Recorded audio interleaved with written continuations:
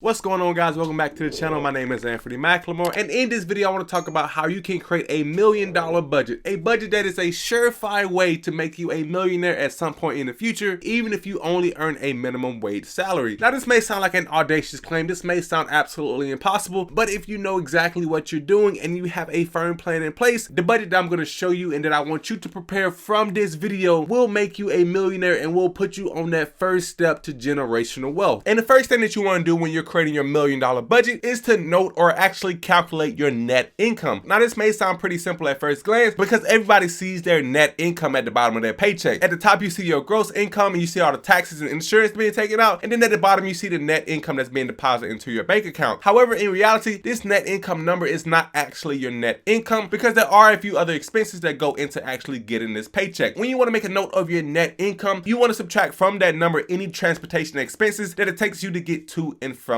work. If you take public transportation, you want to subtract the bus or the train fare that it takes to get to work. If you drive your own car, you want to subtract the car note from that amount. You want to subtract the insurance that you pay, and you also want to subtract the gas expenses that you most likely pay on a weekly basis. The reason why you want to subtract these numbers is because the actual money that's deposited into your bank account is not all the money that you get to keep and to budget for. While yes, there are going to be other numbers that we're going to account for later in this video, right now I want you to find the number that you actually get to take home after you pay all the expenses that it takes to get this number. And once we calculate your net income on a monthly basis, we can then move on to the second step of creating your $1 million budget. And after noting what your net income is, the next thing that you want to do is track your spending. This is when you want to go a lot more in depth on what you actually spend on a monthly basis. You want to write down what your rent is, write down what your weekly grocery budget is. If you don't have a weekly grocery budget yet, then this is a great time to make a weekly grocery budget. You want to write down exactly how many subscriptions you have, and find out how much money you spend on subscriptions may be a little bit surprising for most people because a lot of people sign up for services that they forget about, and then they end up paying for those services for months or even years after they signed up for it, and they just don't know how much money it actually costs. So a good way to find out exactly how much you're spending is to download apps like Truebill or Mint, or you can simply just look at your credit card statement or your monthly bank statements and find out exactly what is being taken out of your account on a monthly basis and see what ways you're able to trim back the fat in order to make your budgeting process all that more efficient. By tracking your spending, you're forcing yourself to hold yourself responsible for how much money is leaving your account each month. It is very easy to spend and spend recklessly when you're not paying much attention to the dollar slowly diminishing on a monthly basis. I'm a little bit more of an aggressive budgeter myself, so I tend to track my spending down to the dollar. Whenever I go somewhere and spend a little bit of money, I always come back to my Excel spreadsheet and then rebalance my budget. However, for someone who is not that intense, I think it is just as effective to track your spending on a weekly or a bi-weekly schedule. So at the end of each week or at the end of every 2 weeks, just circle back to your spending to see if you're on track, and if you're not, you know to then make adjustments in the future. Now, after you note your net income and then you track your spending, the next thing that you want to do is the absolute most important in terms of turning your regular budget into a $1 million budget. And this next thing that you're going to want to do is to set your goals on where you're going to put your money once you have your budget established. Now, a lot of people that I know, and what I used to do for myself personally, is once I saved a little bit of money and I saw that money sitting in my savings account, I would find some way to spend it. I would browse Amazon just to see if I needed something, and I would look for a way to spend the money that I had just spent so much time saving. And if this sounds a little bit like you, whether you want to admit it or not, then setting some concrete goals or some concrete milestones for your financial situation will help keep you on track and will also help keep you motivated in order to keep you saving money even when you lost interest and you want to start enjoying your money a little bit more. So the first goal that you should set, and I recommend everybody set this as that number one priority, and that goal is to have an emergency fund in place just in case there are some unforeseen expenses that come up and you're going to need some money to cover that. These expenses can come out of anywhere. If you get into a car accident, you may need some liquid cash to pay that deductible. If you need to go to the emergency room for any reason, you're going to have some cash in savings for that copay. The purpose of your emergency fund is to give you a cushion or to give you a little bit of financial security so that while you're focusing on building wealth in later steps, you will always know that you'll be able to cover some unforeseen expenses if anything like that pops up. And a good starting emergency fund, in my opinion, is about $1,000.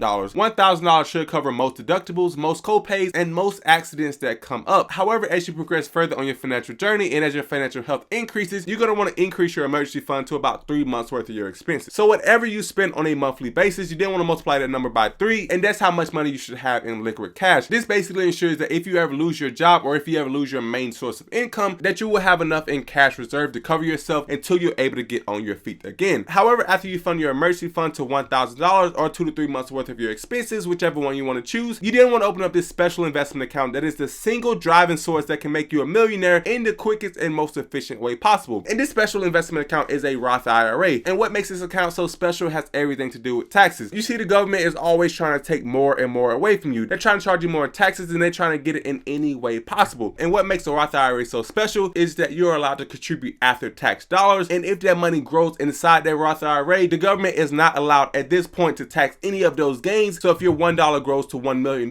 you get to keep all of that money tax free. And because your account can grow exponentially with a Roth IRA, the government only allows you to contribute $6,000 annually to this account so that they can ensure that their citizens aren't getting too wealthy without giving them the slice of the pie. So once you do your budgeting and you fund your savings account, make sure you contribute to a Roth IRA first. There's a reason that there is a limit to this. You can contribute an unlimited amount of money to an individual brokerage account. However, you only get one chance to contribute to your Roth IRA, and if that moment passes, you'll be losing out on so much potential opportunity in the form of compound interest. And then if you are able to max out your Roth IRA with the $6,000, that's when you want to start putting your money in accounts like Robinhood or Fidelity or Public and all of those individual brokerage accounts where you can start investing your money in anything that you want. You can still invest in anything that you want with a Roth IRA, although there are some penalties on the gains if you take them out too early. However, the reason why you want to be investing in the first place is so your money can be in the market as long as possible and it can grow as long as possible. So if you don't take anything else from this video, I want you to go and open a Roth IRA today. If you don't feel comfortable contributing any money to it today, don't worry, most companies allow you to open an account with $0. However, I think you should take advantage of that opportunity just to have it open so that if you do have an extra $5 to $10 laying around, you can put that inside that Roth IRA and allow it to go tax-free until you're able to withdraw it at some point in the future. And after setting your goals, it's time to combine all of these things together and actually make an actionable plan that you can judge yourself by on a weekly or a monthly basis. As I said, many people get motivated to start budgeting from time to time. However, that motivation quickly fades over time as budgeting gets harder and as the amount of zeros in that savings account increases, people tend to lose the motivation that got them started budgeting in the first place. However, if you have a step-by-step plan that you develop at the very beginning on what action that you would take once you have a certain amount of money, this will allow you to stay motivated and to stick to your budget even after that motivation fades. A simple way that you can create your plan is that if you want to save $1,000 by the end of the year, you can start off by planning or budgeting to save a little under $100 a month. If you tell yourself that each month you're going to put $85 in a savings account until you reach $1,000 because the purpose of that money is for an emergency fund, then once you reach $400 or $500, you will be less likely to use that money for a new pair of shoes or any other fancy gadget that you see because now your money has a purpose. And in order to keep you motivated, you must keep yourself with a purpose or else that money will be gone and you'll be starting from ground zero once again. And after making a plan that best fits your personal financial situation, what you want to do next is take a look at your spending habits and make any adjustments that allow you to be even more efficient in terms of contributing as much as possible to your investment account. Now, I'm not one to say that you need to squeeze every single cent out of your budget that you possibly can. However, I think it's fair to say that we all may be able to do a little bit less extra spending in order to put our financial health first, especially as a young age. You see, the best thing that you can do in your 20s and 30s is sacrifice your income today in order to invest as much as possible because time itself is your biggest asset in this stage. Even if you're making minimum wage, if you invested $3.33 a day, you would still be on track to be a millionaire, and at $3.33 a day, it will take you 28 years, but I would rather be a millionaire 28 years at the age of 51 rather than still being broke because I didn't take advantage of compound interest at a young age. The one thing that you can't get back is your time. So by cutting back on some of the fast food, by shopping around for cheaper insurances, and overall just by adjusting your spending habits and allowing yourself to invest just a little bit more, whether just $100 more a month or $2 or $3 more a day, just by contributing just a little bit more to your investment accounts every single month, you will be putting yourself on the road to financial freedom and also building generational wealth for your family just by making a small little sacrifice. And the last thing that you want to do after you made your plan and implemented all of these habits is to continue checking in over time and just making sure you're on track. I know a lot of times finances and personal finance in general can be a very boring and burdensome and maybe even taboo topic at times, and not a lot of people want to have an honest conversation about money. However, because you're watching this video, I know that you are serious about improving your financial situation and creating a budget and sticking to your budget and making small adjustments to that budget so it best fits your lifestyle is one of the best ways to ensure that you're going to be financially free in the future. So if you start off really aggressive with your budget and you just realize that you're not having all that much fun in life because all your money is going towards investments, it is not a bad thing to pull the reins and relax a little bit in order to not burn yourself out and hate investing in the first place. Although you are trying to invest for your financial future, I think it is very important to enjoy your life today and to try to find a pretty good balance between the two. So don't kill yourself trying to max out your Roth IRA. Invest as much as you're comfortable with and then enjoy your life at the same time, knowing that you're doing more than most Americans in terms of ensuring the financial future. Remember, just $3.33 a day can make you a millionaire in 28 years. Such a small amount of money and such a small shift in financial thinking can change the entire course of your life if you let it. However, with all that being said, I really hope you enjoyed this video. If you think that this video can help you create $1 million